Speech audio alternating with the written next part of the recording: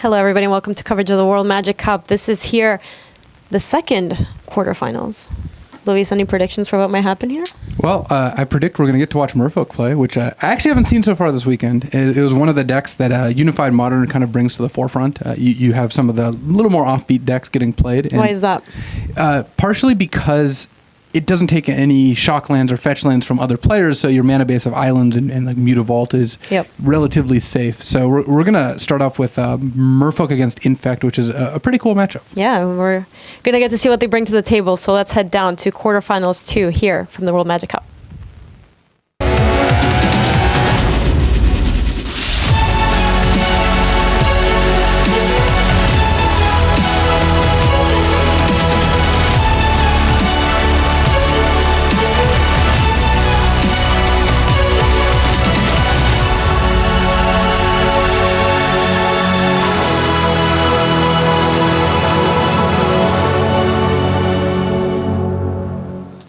Hello, everybody, and welcome to coverage of the World Magic Cup. Here we are in the quarterfinals. This is quarterfinals 2. I'm Gabby Sparks, joined today by Luis Scott Vargas, and here we're going to see Greece versus the Ukraine.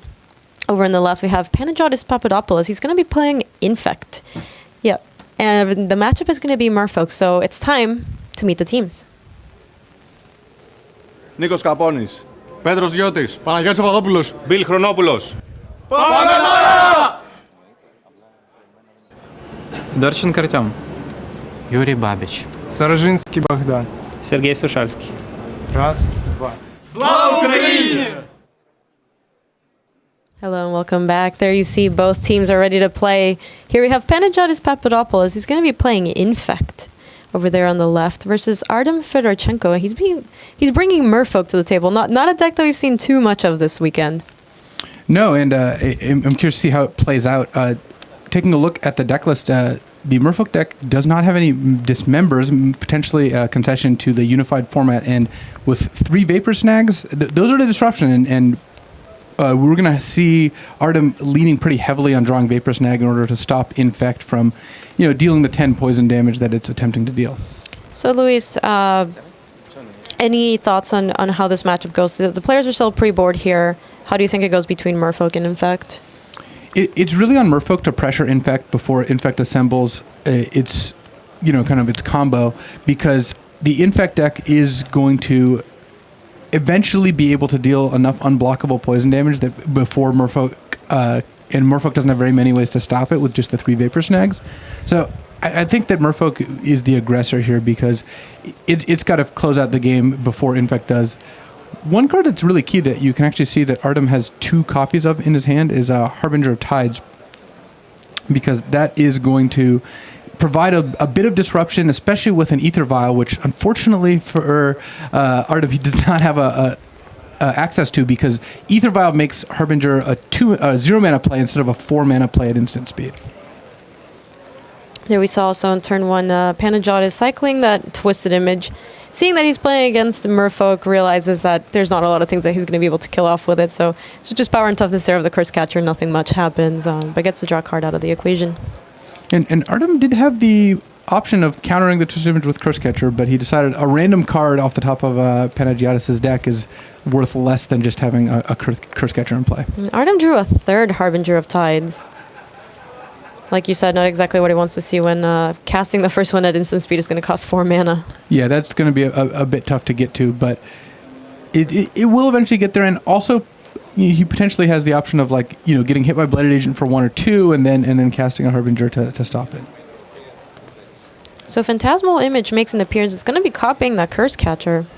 Yeah, that's an aggressive Curse Catcher play, because one of the ways to stop Infect from winning very quickly is just having multiple Curse Catchers in play and being able to tax any spell that Panagiotis plays. So what was the other option to play one of the Lords? Do you like this play better? Lord of Atlantis certainly is the play that gets the game over more quickly. This is the more defensive play, and one of the reasons I do like this play is that it prevents Artem from really dying on this turn. Is going to be very difficult for Panagiotis to kill through 2 Curse Catchers, which then lets Artem start to leverage the Harbingers of Tides in hand.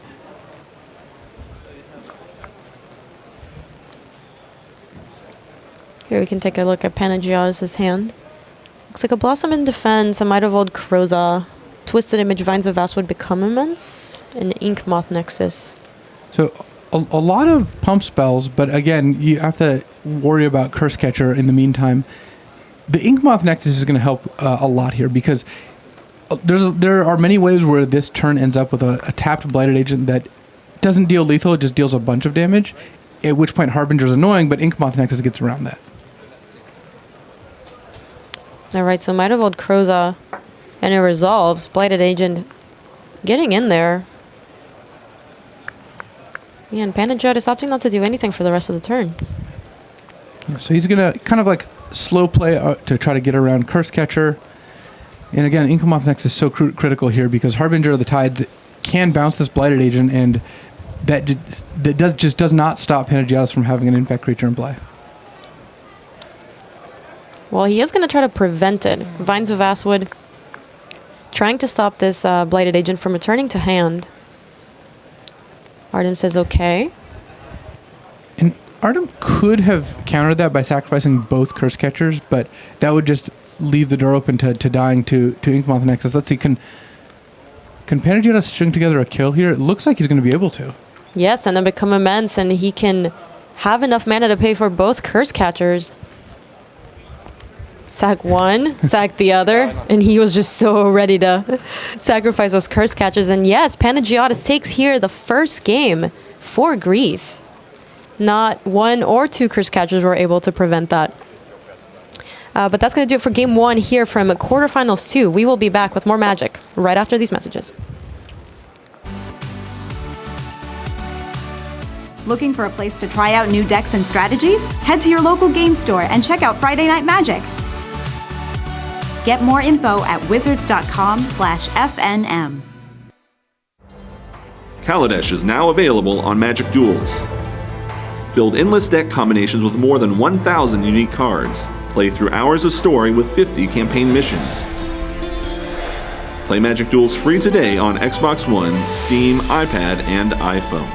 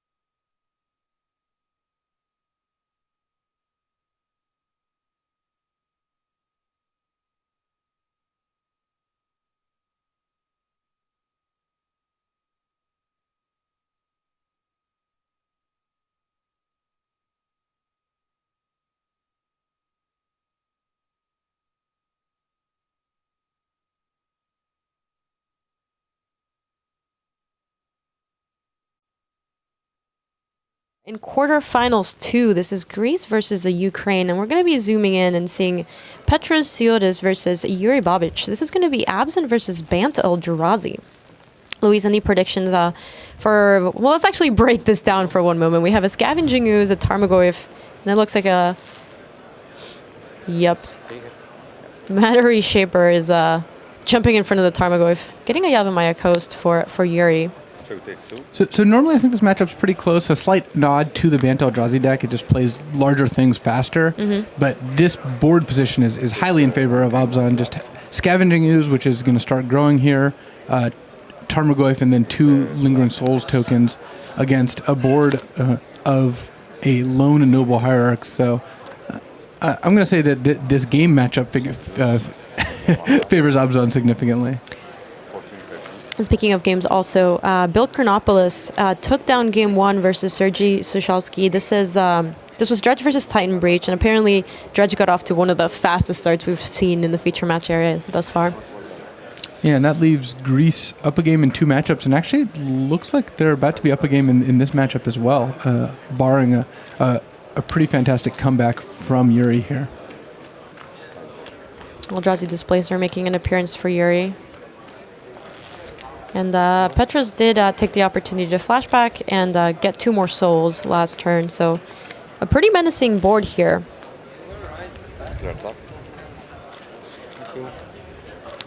Going to combat and coming in with a whole team. And Yuri can do something like use a displacer on a token to kill it or on a scavenging ooze to reset it, but that's just going to mitigate things. It's definitely not going to prevent them. So I think that Petros is far enough ahead here that Yuri needs a pretty good string of top decks. Potentially Drowner of Hope would be something helpful, but it's going to be difficult. Also, Yuri here with a Brushland and a Yavimaya Coast in hand, so not exactly a lot of action left in hand either. No, and I don't know what it is about watching Banto Eldrazi, but every time I feel like we've watched it in the feature match area here, they always have at least 8 or 9 lands. So yeah, it always happens. I mean, they have Eldrazi Temple. I think that's part of it too. But yeah. I do feel like we've seen it flood a lot. How good of a choice do you think it was for this weekend? It actually seems like Banto Eldrazi was a fantastic choice. Frank Carson ran the numbers, and teams with Banto Eldrazi had a very high win percentage. It turns out that the deck was well positioned for the field, despite the fact that it's, I think, lost every match we've seen just about.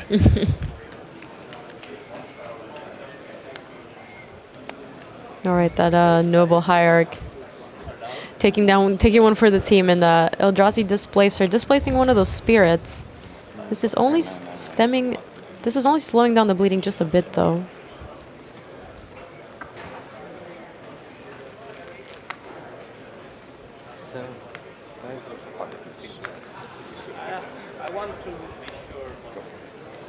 Scavenging Ooze. Eating one of the creatures in the graveyard. Growing a little bit, gaining Petros a little bit of life as well.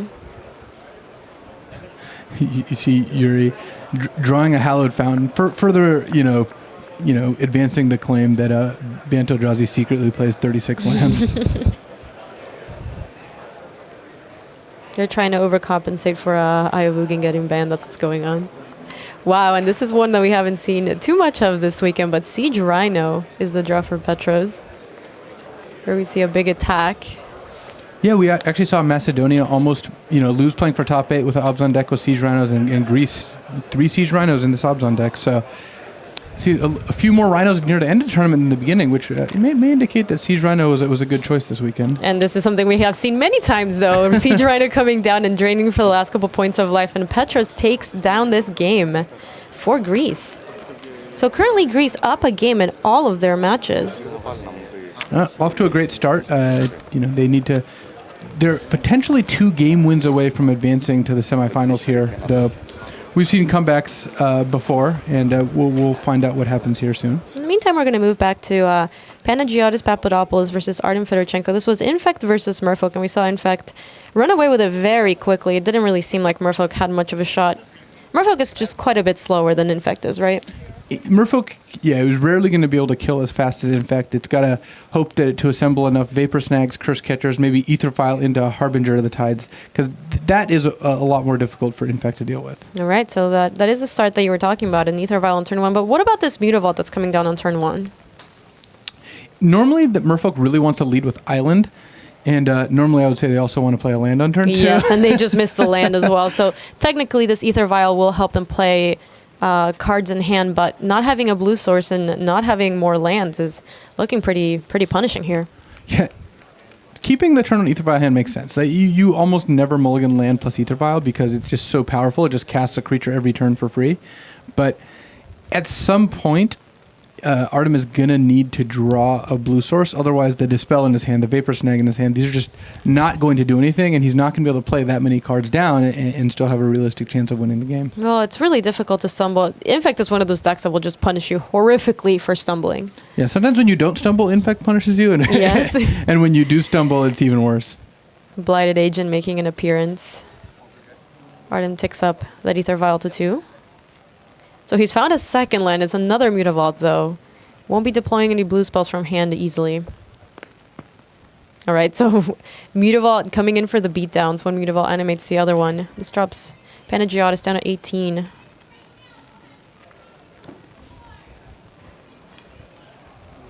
And Panagiotis has a very short list of cards he needs to play around at this point. When your opponent has no colored mana sources, has just the Aetherfile, very aware of Harbinger of the Tide. So he's gonna not run down like a path to victory that involves just losing to Harbinger. But past that, I mean, Artem can't cast anything. The only card he could cast would be Dismember, but because of deck list, Panagiotis knows that is not something he has to worry about. Though actually, looking at the sideboards, Ukraine has 2 gut shots in their Merfolk sideboards, so Artem, Fedor, Chenko could be getting a little crafty here. Looks like Panagiotis kicking things off this turn with his Blossoming Defense. And the reason to run it out right now is that Artem can't use Harbinger of the Tides in response because the Blighted Agent tapped. Actually, I think Panagiotis is setting up a kill here. Blossoming Defense, Mutagenic Growth, Become Immense. All of a sudden, we could just see a turn 3 kill. In fact, could just be up a match here. All right, so Blighted Agent pumped up thanks to that Blossoming Defense, Mutagenic Growth. Take 2, but pump it 2. Become Immense once more. And there you see the handshake, and Panagiotis takes down this match for Greece. Oh, and you see a sigh of relief there. Infect doing its thing once again, killing on first couple turns of the game. That was a turn 3 kill? That was a turn 3 kill, and normally you see that kind of sigh of relief after this long grueling game. But that was just a casual turn 3 kill against an opponent who had never had a colored source. But it was a great draw from Infect, and they sequenced their spells right. Sorry, say that again? I said it was a great draw for Infect, and they sequenced their spells in a way to not lose to any of the cards they could lose to. The Vines of the Vastwood could have also protected against Gut Shot if necessary. The same with Mutagenic Growth. Here we're going to move to Bill Chronopoulos versus Sergey Sokolsky. This is going to be Dredge versus Titan Breach. We have a mulligan from Ukraine. So Sergey is down to 6. So taking a look at the sideboard for Titan Breach, see what they have against Dredge. It looks like 2 Grafdigger's Cages and 1 Anger of the Gods are the most relevant cards. But that combines with 3 main deck Anger of the Gods. So as far as Titan Breach decks could be built, this looks like one that's built fairly well against Dredge. Mm-hmm. That being said, Titan Breach is down a game on a mulligan. I'm still feeling good if I'm Bill Chronopoulos here.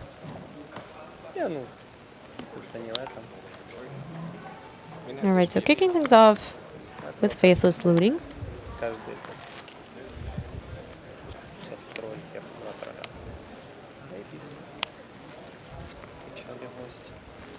Discarding 2 Golgari Gruul is pretty high up on my list of things I want to do when I'm casting Faithless Looting. So this could set up a very powerful turn 2 for Bill here. If he's dredging a Grave Troll on draw step, and he's got a Cathartic Reunion in hand, next turn he's going to be able to flip 6 cards off his draw step, at least 12 cards off of a Cathartic Reunion, and potentially more. Sergey drawing another Summoner's Pact off the top. And both these decks, they kind of do their own thing. How interactive do they become post-board? Oh my goodness, hold on, look at this Dredge. Yeah, I'm just stunned by this Dredge. Bloodgas, Narcomoeba. So 2 Narcomoebas coming here. 2 Bloodgas hitting the graveyard. Both these decks do their own thing and largely ignore what the opponent is doing. Anger of the Gods is one of the few interactive cards, but Dredge can be quite a bit faster. Dredge with a good draw is a force to be reckoned with for pretty much any deck.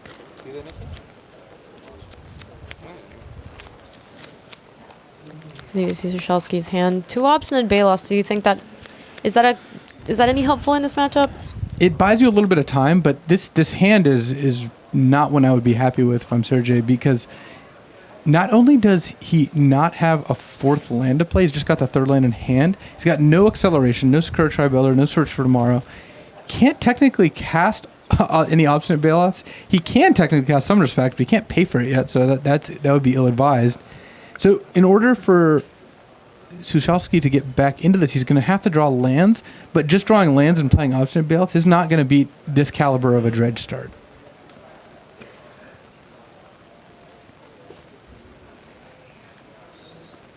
So land coming down for Bill. Sergey taking a look at that Bloodgast. Going to be making an appearance. Wow. So did he deny the trigger?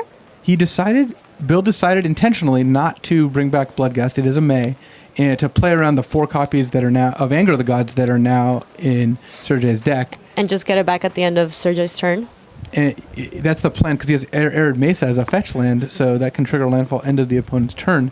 And then Sergey actually went and read Bloodghast, so both players are kind of aware of what's going on here. And Bill is pretty happy just playing a little bit slower here, not casting the turn 2 Cathartic Reunion, for example, in order to get back Bloodghast at end of turn. That's a very nice place that we're seeing here from Greece. We've seen nice tricks like this from Dredge. Seems like the more experienced Dredge players will do things like that. We saw, I believe, BBD at some point do something similar to avoid having his Bloodghast killed by a Nugan, exiled by a Nugan. Yeah, when in BBD en route to his top 8 finish at Grand Prix Dallas playing Dredge, he utilized the same fetch land trick in order to keep Bloodghasts in the graveyard and prized amalgams in the graveyard to avoid getting his board swept by Ugin. Very similar to Anger of the Gods, actually. All right, so it looks like another Bloodghast, a Stinkweed Imp, so now there's some Dredgers there. An Ancient Grudge as well makes an appearance there in the graveyard. 2 Bloodghast and 2 Narcomoebas. Oh, sorry. Coming in for the beatdown. And you'll notice that Sergey has Simian Spirit Guide in hand, but he doesn't actually have access to 2 green mana. So even with Simian Spirit Guide, he wouldn't be able to cast Obstinate Baloth. He's 2 lands away from casting Primeval Titan. We could easily see a game where this Titan Breach deck does not play a spell.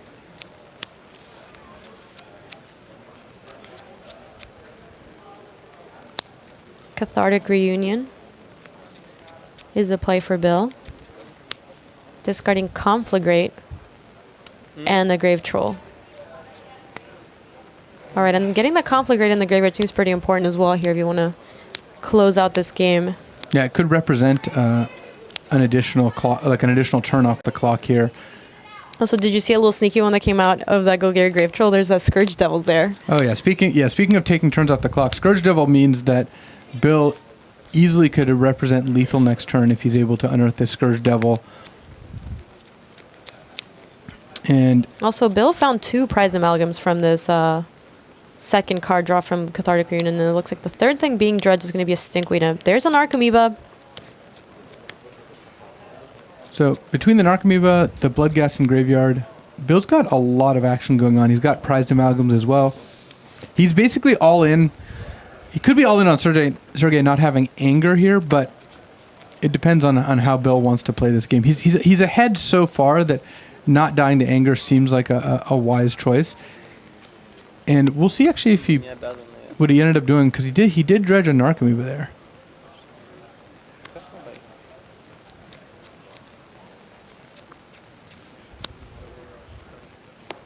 And again, he's potentially worried about anger wiping out those prized amalgams here. Yeah, so he's playing his land, but not getting back that Bloodghast, which we can see is peeking right next to that Cathartic Reunion. And Narcomoeba as well is a May, so. What do you think about playing it safe here when your main concern is Anger of the Gods? I think it's smart. It could potentially buy Sergey a turn, but actually, because of the Scourge Devil, if you unearth Scourge Devil, you're attacking for 13 next turn. So there's no reason to take the risks. One downside, though, is we see that Sergey is going to play an Obstinate Baloth this turn. That actually buys him an additional turn, whereas if you had just gone all in and put in Narcomoeba, 2 prized amalgams and a Bloodghast, that would not be the case. All right, so Sergey did find a Wooded Foothills, which allows him to play this Obstinate Baloth. He gains 4 life, and he can block one of those Bloodghasts, but the clock that he's facing is very, very fast. And especially since Bill's choosing to slow play this, we've seen this multiple turns of not triggering Bloodghast, not triggering the Narcomoeba, which is not something that happens very often at all. Keeping those prized amalgams in the graveyard where they're safe. If Bill wants to amp up the pressure, he can add significantly more to the board. He just has to decide how vulnerable he wants to be to Anger of the Gods. Dredging a land at the beginning of the turn. Small dredge, just dredge 2. Yeah, Dakmarsar is kind of cute card. It gives you a little bit of extra dredge plus a way to guarantee you can hit Bloodghasts. So even if the Scourge Devil that Bill is likely considering is not lethal, it does set up a lethal Conflagrate next turn. So I think Bill's in very good shape here, and Greece is going to be pretty happy with the result of this quarterfinals if all goes according to plan here. Yeah, and here it is, Scourge Devil making an appearance. These devils are ready to attack. I wonder how many people over the course of the tournament had to verify what Scourge Devil did. Multiples. This is not a very commonly. It's a one of in a lot of these decks. There you see Scourge Devil. What is the benefit of playing something like Scourge Devil as opposed to Rally the Peasants? Scourge Devil's uncounterable is one minor note. The other is that it brings back prized amalgam. So basically, in your good draws, when you have this many creatures in play, Rally the Peasants would generally deal more damage. In your bad draws, when you, let's say, just have one Narcomoeba in play or none, you can still, under Scourge Devil, attack for 3, get back a prized amalgam or 2. It's kind of a hedge. It's better when your deck is doing worse, and it's a little bit worse when your deck is doing better, but in situations like this where you have a lot going on anyway, then it's not as big of a deal. That it maybe doesn't deal quite as much damage.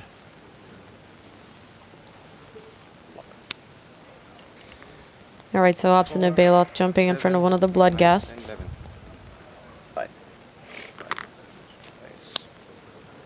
Counting up the damage, and this drops Sergey down to 5. This time Bill is happy to bring back those amalgams.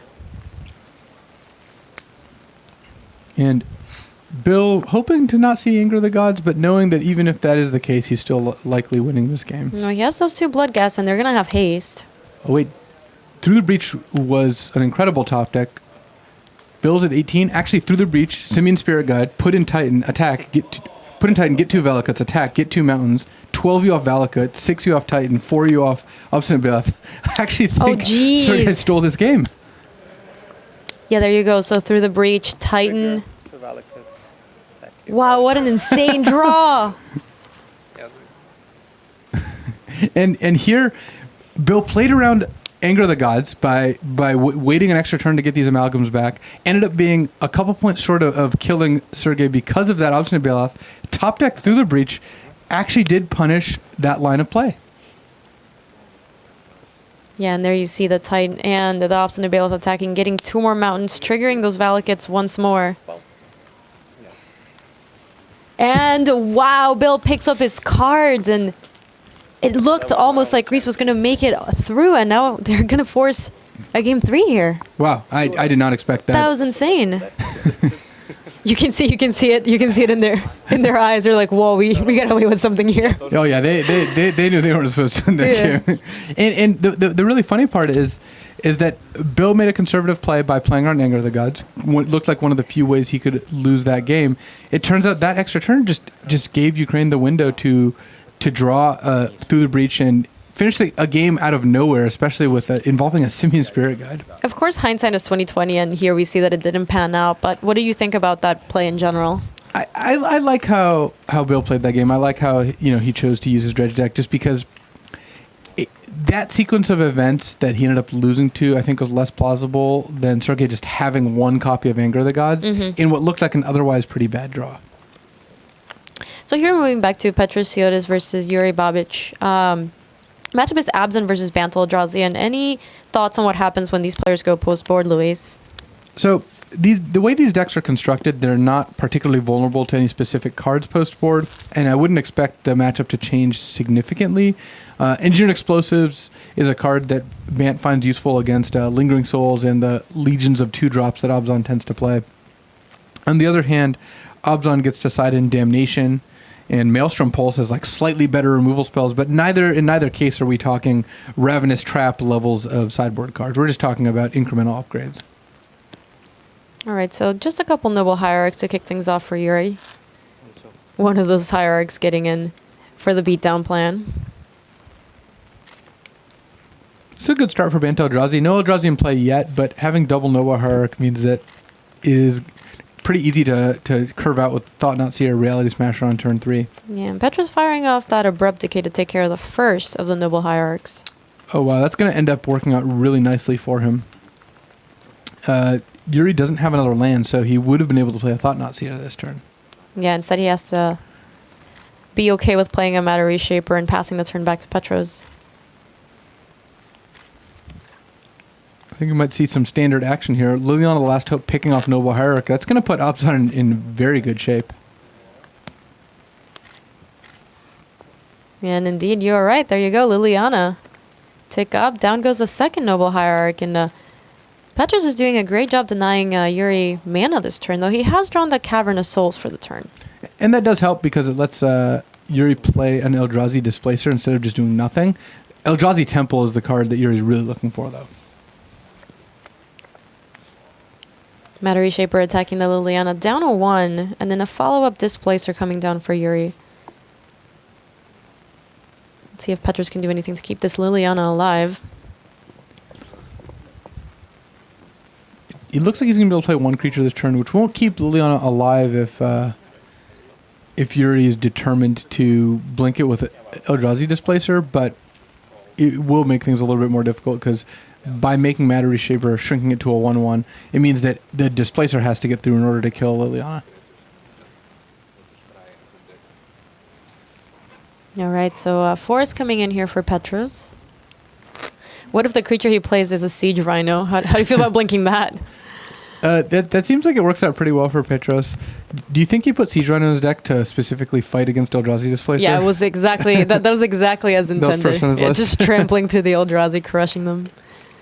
Not very many things trample over Eldrazi either. They're pretty big. Oh, look. Do you see that Siege Rhino? That Siege That Rhino thing's huge. is enormous. Ancient Strings is the draw for Yuri.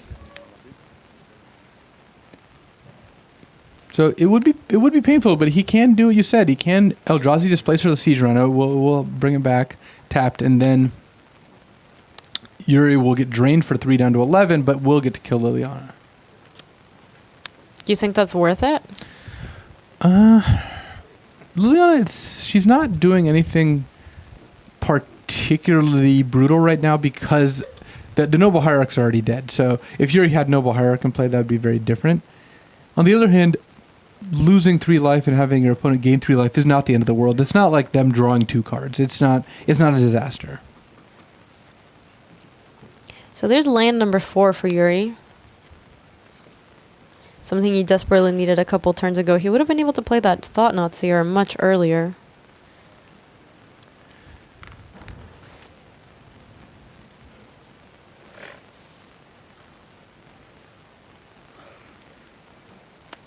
Fetching out a basic Plains. And that does indicate that Yuri is interested in using Eldrazi Displacer. Going to take a fair amount of damage, and Petros has a second Siege Rhino in hand. I mean, as we know, they always travel in pairs. And yeah, that much has been proven true. yes. And then if Yuri takes this aggressive line to kill Liliana, getting drained down to 10, attacked down to 6 by Siege Rhino, then Siege Rhino down to 3, Yuri could find himself in a very tough position here.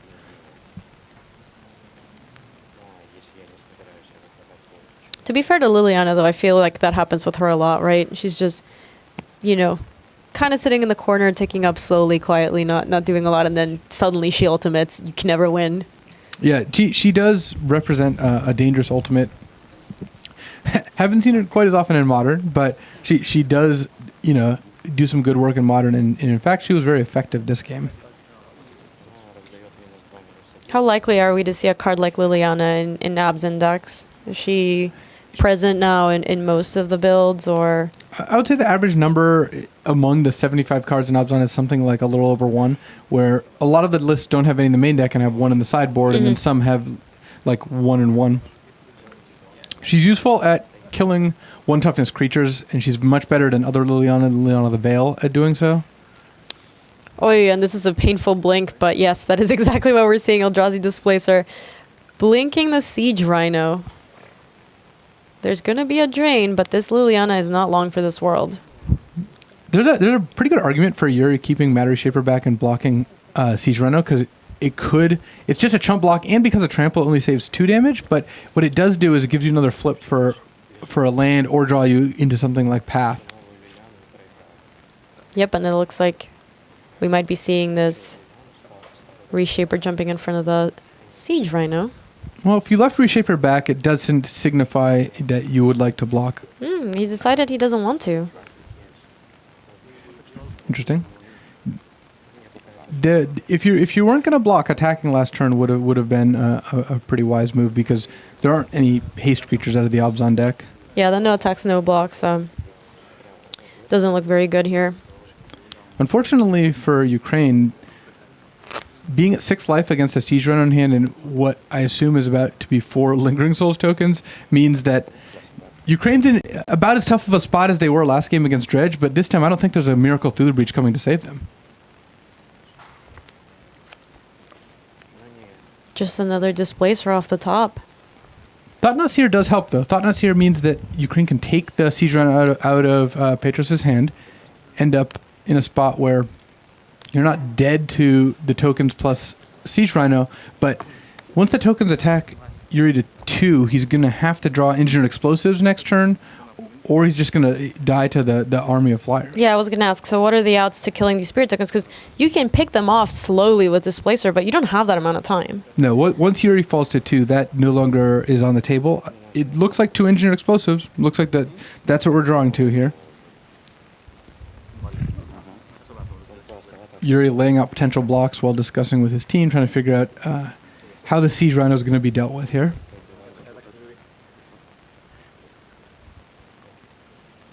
All right, so that Thought-Knot Seer does take care of the Siege Rhino that was in Petra's hand.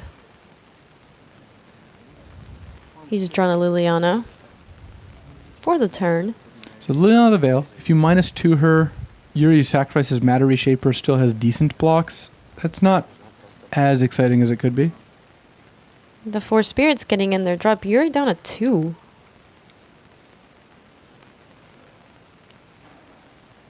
And it looks like Liliana's making an appearance here. Each player discards a card. And that's pretty punishing for Yuri. Even if you weren't dying to the spirit tokens, Liliana chipping away at the cards in hand is very annoying, especially since... Discarding a Thought-Knot Seer feels bad. Yeah, especially since Petros' hand is just 2 lands, so him trading lands for Thought-Knot Seers is pretty great. And he's drawn a land for the turn. There, and you see the handshake. And the players shaking hands. Not a ton of the time. It seems like it's more of a sigh of relief that is happening here. But Greece will advance here onto the semifinals. Congratulations again to Ukraine on an amazing run. They're probably going to be thinking about that one for a while. They did have a miracle through the breach there that almost gave him a little bit of hope. But, you know, can't win them all. No, and it looked like the Obs on deck just... Its draws lined up really well against Banto Eldrazi. We didn't see the beginning of game 1 with Banto Eldrazi, but that second game, just no Eldrazi temples, not a very fast start, multiple Siege Rhinos, which not what we expected coming into the weekend. We saw some standard and throwback to standards going on in that match. Did that go as you predicted or as you expected? I thought that middle match was going to be pretty close, and even though those games weren't close, it ended up working out. I did think that Dredge was going to... have a tough time against the red-green Titan Shift deck. And why is that? Just the Through the Breach is just a little faster than what Dred ends up doing. All right, but don't go anywhere. We have a lot more Magic coming to you from this top 8. We will be back after these messages.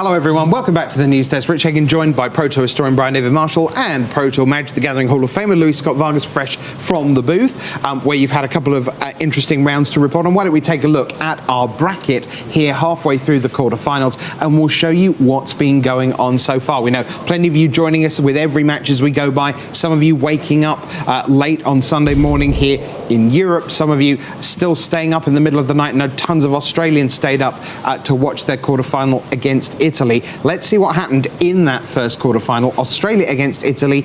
It was the defending champions, Italy, who advanced. Luis, what was your sense of how that match played out? It was a really close match. Went to game threes across the board, and it just happened that the Lantern control deck was really well set up against the Bant Eldrazi deck. Yeah, so Alessandro Portaro won that one. At BDM, he has a Pro Tour top 8 in Modern. But the Italian team, one of their great strengths is that they have 4 great strengths. Yeah, absolutely. Alessandro Casamente has proven to be a real boon to the team, someone who's been playing the ad nauseum deck, well, ad nauseum for the last couple of years, and has a tremendous record with it. And that deck was 9-0 in Modern coming into the quarterfinals. Turns out that was the one match it's lost, but the other 2 teammates were able to pick it up here. Luis, I'm a bit of a nervous watcher of Magic when I'm invested in the outcome of a particular game.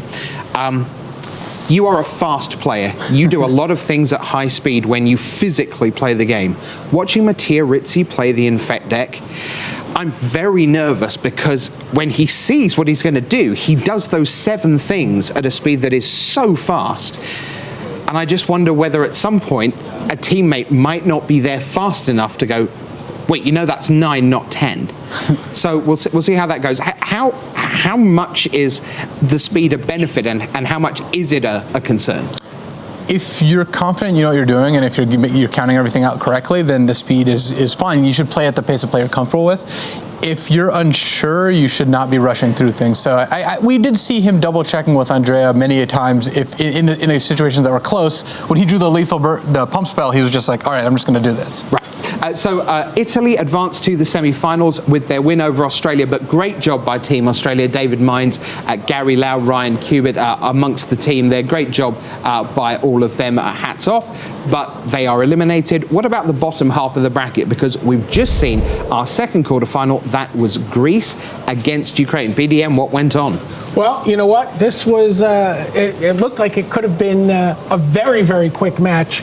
We saw Bill Chronopoulos up a game against the Titan Breach deck with Dredge. Yeah, Sergey Sokolsky. He kind of pumped the brakes a little bit to sort of play around in Anger of the Gods, and then he had to have that "oh no, not again" feeling as he was able to Summoner's Pact for Primeval Titan through the Breach and just kill him literally out of nowhere. Right? It didn't seem like it was possible, but all the matches seemed to line up really well for Greece there, and they took the other match very quickly. Yeah, Luis, your good friend Matt Nass played in his first Pro Tour top 8 at Kaladesh, was in a terrible matchup and went away, having had, a great experience of playing on Sunday, but the gameplay was not great.